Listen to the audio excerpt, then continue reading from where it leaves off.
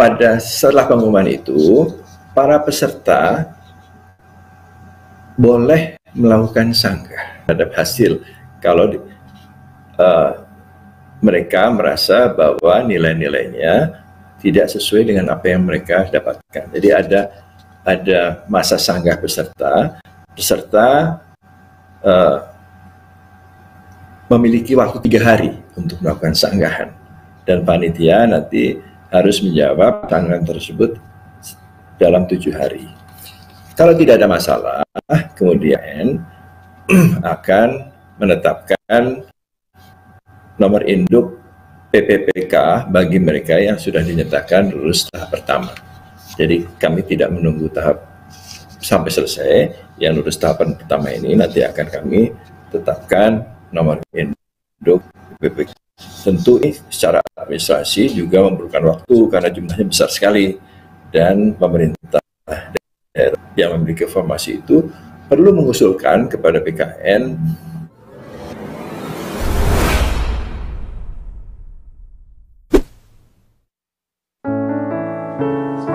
beberapa kekurangan dari hasil seleksi tahap pertama ini dijadikan sebagai bahan evaluasi dan untuk dilakukan perbaikan dan penyempurnaan pada tahap kedua dan ketiga.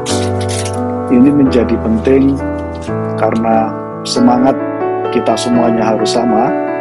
Menyangkut soal guru honorer, posisi kita adalah harus berpihak dan berposisi untuk mengafirmasi beliau-beliau yang sudah lama mengabdi, mengambil peran negara dan pemerintah selama berpuluh-puluh tahun.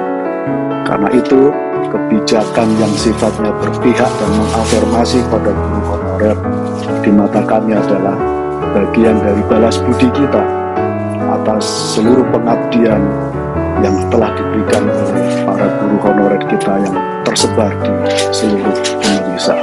Masa yang akan datang terutama terkait dengan seleksi guru honorer untuk menjadi pegawai P3K, sekali lagi perlu perlakuan khusus, afirmasi khusus, dan keberpihakan khusus dari pihak pemerintah. Hasil seleksi pegawai pemerintah dengan perjanjian kerja PPPK Guru 2021 telah diumumkan. Peserta yang tidak puas dengan hasil tersebut bisa mengajukan sanggah. Seperti rekrutmen calon aparatur sipil negara CASN lainnya, dalam seleksi PPPK Guru juga terdapat masa sanggah. Peserta seleksi kompetensi PPPK Guru tahap 1 yang dinyatakan tidak lolos seleksi diberikan kesempatan untuk melakukan sanggah. Peserta seleksi PPPK dapat melakukan sanggah hasil seleksi apabila hasil tes yang bersangkutan dinilai tidak sesuai. Setelah pengumuman itu, para peserta boleh melakukan sanggah pada hasil kalau mereka merasa nilainya tidak sesuai dengan yang mereka dapatkan, kata PLT Kepala Badan Kepegawaian Negara BKN, Bima Haria Wibisana, dalam YouTube Kemendikbud. Berdasarkan Permenpan RB nomor 28 tahun 2021, sanggah ditujukan bagi pelamar yang merasa keberatan terhadap hasil keputusan seleksi. Masa sanggah bukan diperuntukkan bagi peserta yang melakukan kesalahan saat proses seleksi, melainkan diajukan peserta pada instansi terkait yang dinilai melakukan kesalahan pada proses seleksi. Peserta dapat mengajukan sanggahan paling lama 3 hari setelah pengumuman seleksi. Sanggahan peserta akan dijawab oleh Panselnas dalam kurun waktu 7 kali 24 jam dan hasil akhir bersifat final. Kalau tidak ada masalah kemudian akan menetapkan nomor induk PPPK bagi mereka yang lolos tahap 1. Berikut cara mengajukan sanggah PPPK Guru tahap 1. Login akun SSCASN 2021 di laman https://sscasn.bkn.go.id. Login. Masukkan NIK dan password, pilih fitur ajukan sanggah. Mengisi sanggahan beserta kronologis kejadian, dilengkapi dengan bukti berupa dokumen yang diperlukan. Instansi akan memproses pengajuan sanggah. Hasil sanggah diterima maksimal 7 kali 24 jam.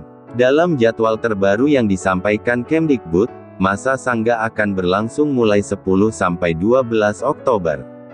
Kemudian pengumuman hasil Sangga 1 dilakukan pada tanggal 20 Oktober tahun 2021. Sebelumnya, Kemendikbudristek mengumumkan sebanyak 173.329 peserta PPPK Guru 2021 lolos seleksi tahap pertama.